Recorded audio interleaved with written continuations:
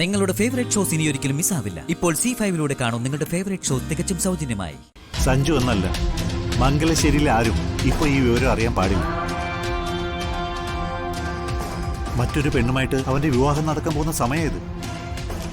മോൾക്കറിയാലോ, അവന്റെ ബന്ധുക്കളെല്ലാം ആ വിവാഹം നടന്നു കാണാനാണ് ആഗ്രഹിക്കുന്നത്. അതിന്റെ ഇടയിലേക്ക് ഇങ്ങനൊരു വാർത്ത ചെന്നാലുള്ള അപകടാവസ്ഥ നീ എന്താ ഓർക്കാത്തത്? 1-2 മാസത്തിനുള്ളിൽ ശ്രീകുട്ടിക്ക് നടക്കാൻ സാധിക്കും.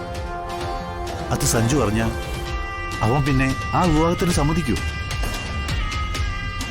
വിവാഹം മുടങ്ങിയ ദക്ഷ ഇറങ്ങിയിരിക്കൂ. പ്രഭ പറയുന്നത് സത്യമല്ലേ മോളെ? ദക്ഷ എന്റെ മോളെ അപകടപ്പെടുത്താൻ ഇവിടെ എത്തും.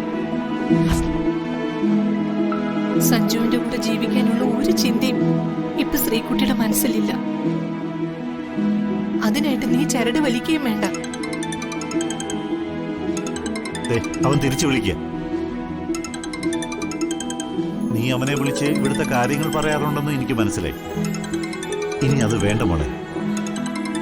നിന്റെ പ്രാർത്ഥന കൊണ്ടാ ശ്രീകുട്ടിക്ക് പിച്ച വയ്ക്കാനെങ്കിലും ആയത്. നീയായിട്ട് അവളെ വീണ്ടും തളർത്തി കിടത്തരുത്.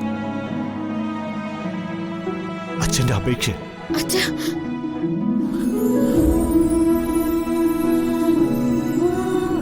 അവൻ ദക്ഷയുടെ മകളെ തന്നെ വിവാഹം കഴിക്കട്ടെ.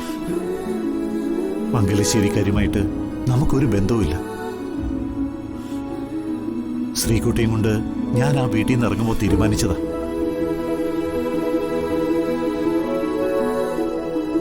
എനിക്ക് 2 മക്കളുണ്ട്. ശ്രീകുട്ടിക്ക് സുഖപ്പെട്ട നമ്മള് ഈ നാട് വിടും.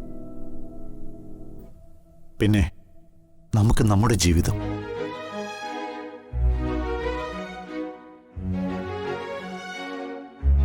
നിന്റെ സങ്കടം അച്ഛനും മനസ്സിലാവും. കഴിഞ്ഞു പോയതെല്ലാം മറ്റൊരു ജന്മത്തിലാ.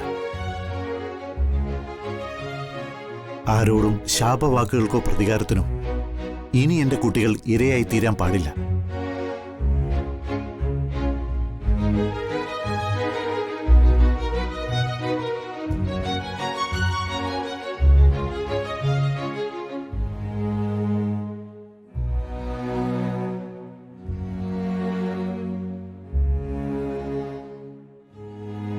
മോളെ, നീ മംഗലശ്ശേരി പോയതോ സഞ്ജു ഇവിടെ വന്നു പോയതോ ഒന്നും പ്രഭയ്ക്കറിയില്ല. അമ്മ ആഗ്രഹിക്കഴിഞ്ഞിട്ടൊന്നും അല്ല. നമുക്ക് ആ ബന്ധം വേണ്ട.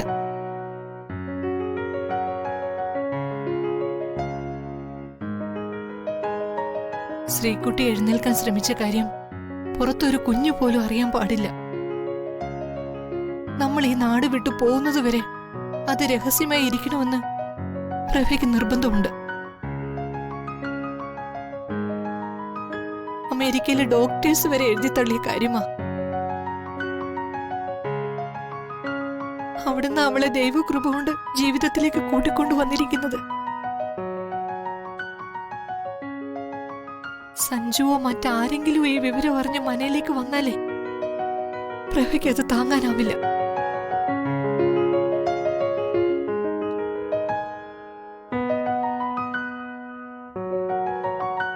ഡൗൺലോഡ് ചെയ്യൂ C5 ആപ്പ്. കാണൂ എല്ലാ എപ്പിസോഡുകളും സൗജന്യമായി.